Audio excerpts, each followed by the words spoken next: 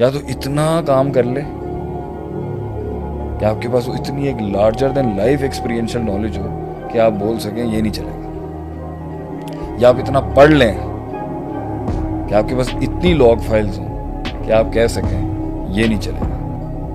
ये जायज़ है, ये नाजायज़ नहीं है, ये हराम है, ये हलाल है, हर फील्ड का हो या चाहे दीन की फील्ड हो। दो गहराइयाँ हैं, एक अमल की गहराई है, एक इल्म की गहराई है।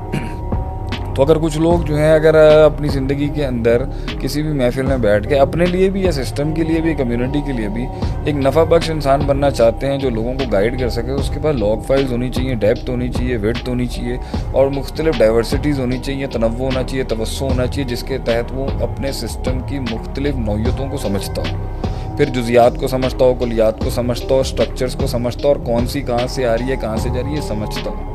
दूसरा तरीक़ेकार ये कि जिन्होंने इसको सॉल्व किया है ना, दो तरीक़ेकार हैं वहाँ पहुँचने के, एक है अमल कर करके पहुँचे और एक है कि वो सब पढ़ ले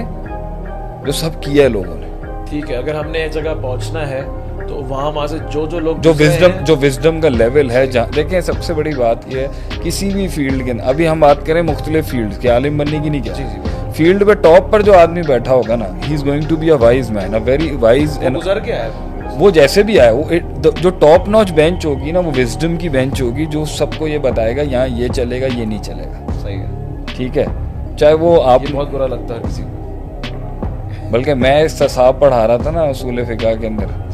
कि things are to be kept on their default value, चीज़ों को उनकी असल पे रखना चाहिए। तो मैंने कहा एक उस्ताद या एक आलिम होगा ना या कोई भी मेंटोर होगा, उसकी असल माशरे में लोग उसे मुतकब्बिर ही समझेंगे।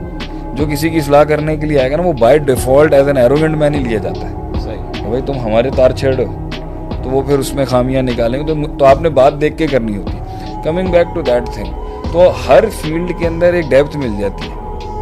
और वो गहराइयाँ, और ऊपर बैठा हुआ आदमी जो होता है ना, वो एक वाइज मॉन्क ही होता है, चाहे वो ये हिमालय चढ़ने वाला हो, समंदरों में डाइव करने वाला हो, जानवरों के साथ जंगलों में काम कर रहा है, या आर्टिफिशियल इंटेलिजेंस में है, या रॉकेट बना रहा है, या कुछ भी कर रहा है। जो ऊपर बैठा हुआ आदमी होगा ना,